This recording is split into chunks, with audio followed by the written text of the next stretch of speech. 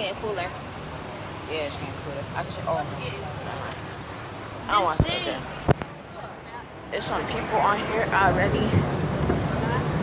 They won't say hello to the vlog because I'm vlogging right now. We're on a tour bus, so we're on the very top of the tour bus. And we're finna go all the way. There's still more people getting on the bus.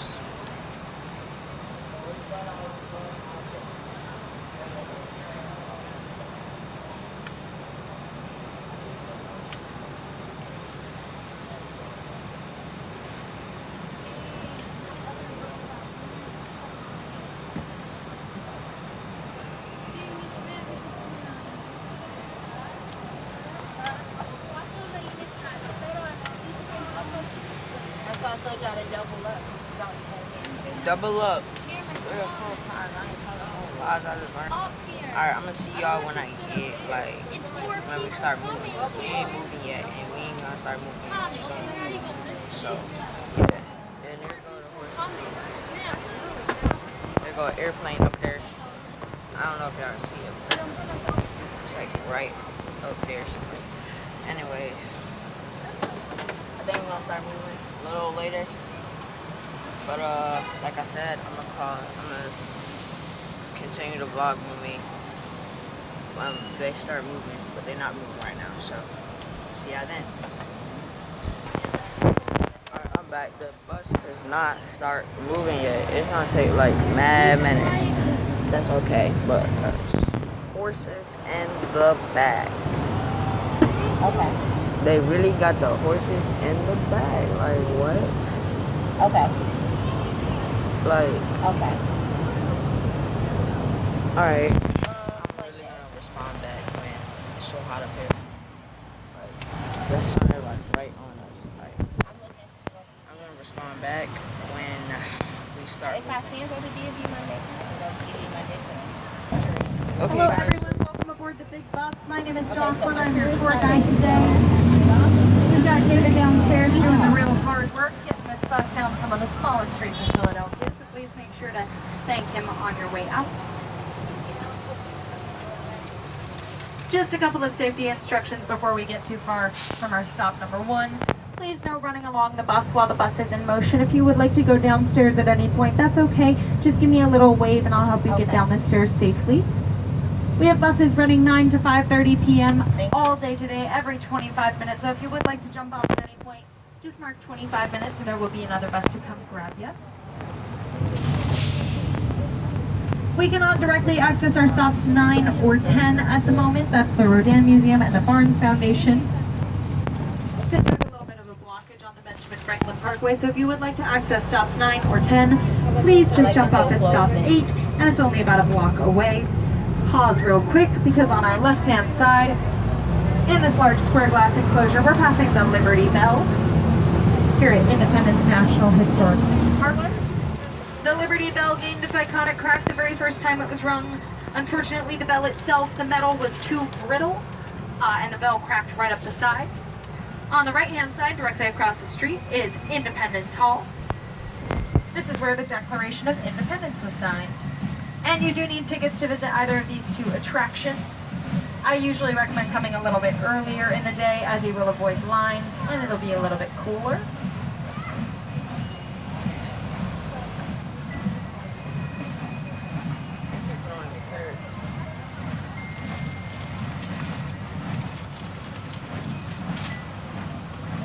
I'm a little confused as well. I'm sorry to say I don't know what that music is.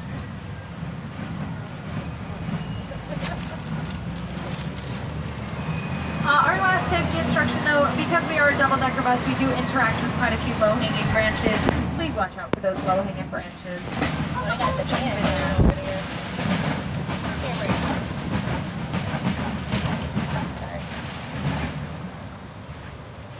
I'll do my best to point out low-hanging branches along the tour, but I can't get all of them, so please watch out for those.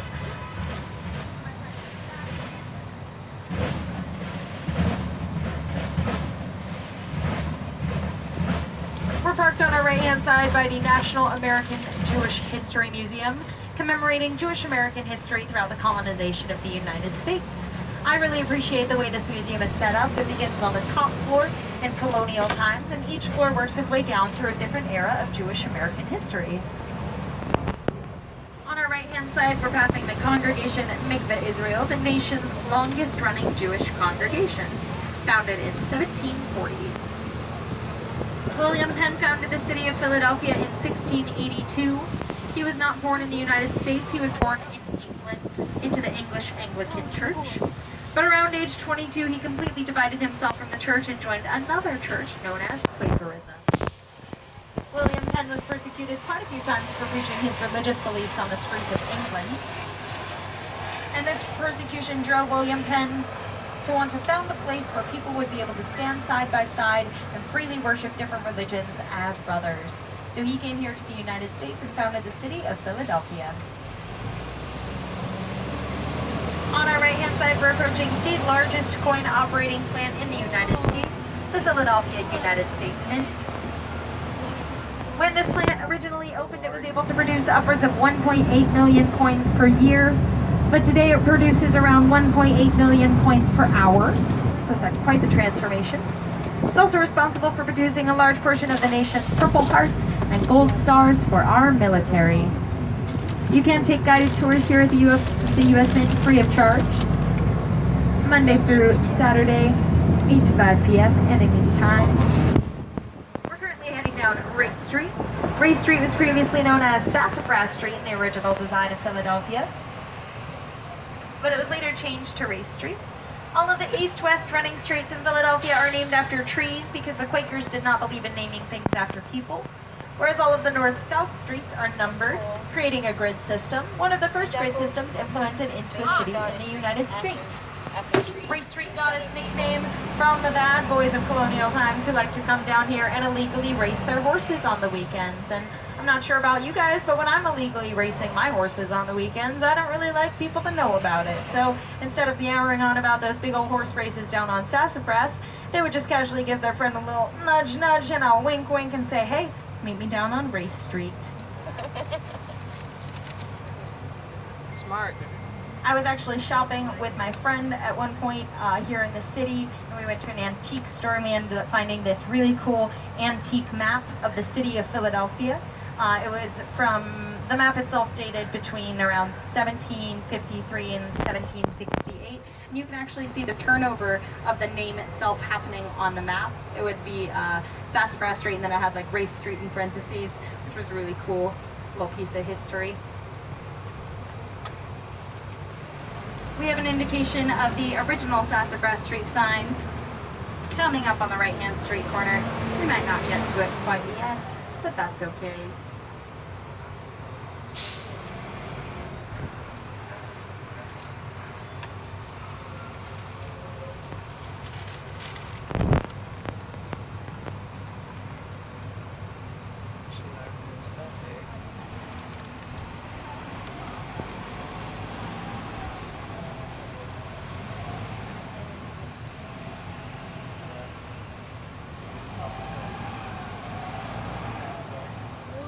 It's cool. It's cool. I would move here.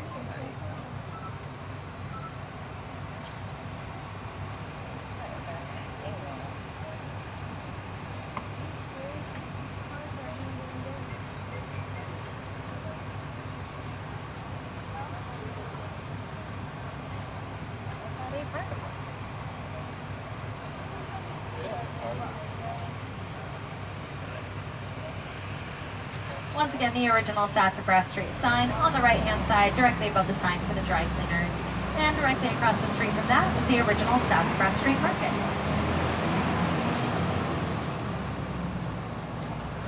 Also on our right, for my Always Sunny in Philadelphia fans aboard the bus, we're approaching the original Patty's Pub, which inspired the pub on the hit TV show It's Always Sunny in Philadelphia. A lot of that show is actually filmed right here in Philadelphia, more in the earlier seasons than the later seasons. Directly ahead, we're approaching the Benjamin Franklin Bridge. Upon the time of its completion, it was the world's longest suspension bridge. Today it ranks about 57th longest in the world. but it is one of the only walkable suspension bridges, one of the others being the Golden Gate Bridge in my home state of California. The bridge itself spans 1.7 miles across the Delaware River, connecting Philadelphia over to Camden, New Jersey. And it was previously known as the Delaware River Bridge, until, embarrassingly enough, we found another bridge under the same exact name, so we quickly renamed this one to commemorate good old Benjamin Franklin.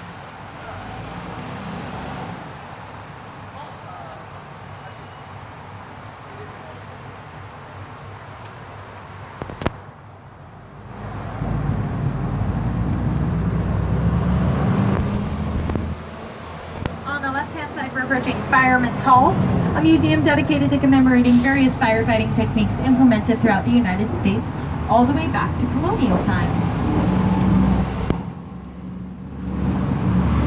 Also on our left, we're approaching Alfred's Alley, the nation's longest-running inhabited street. There's about 32 colonial historic homes down on Alfred's Alley, almost all of which are less than 16 feet wide and contain multiple apartments. And there is one for sale right now if anyone is interested.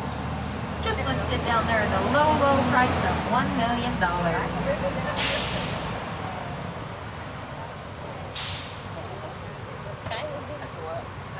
We're taking our right onto Arch Street.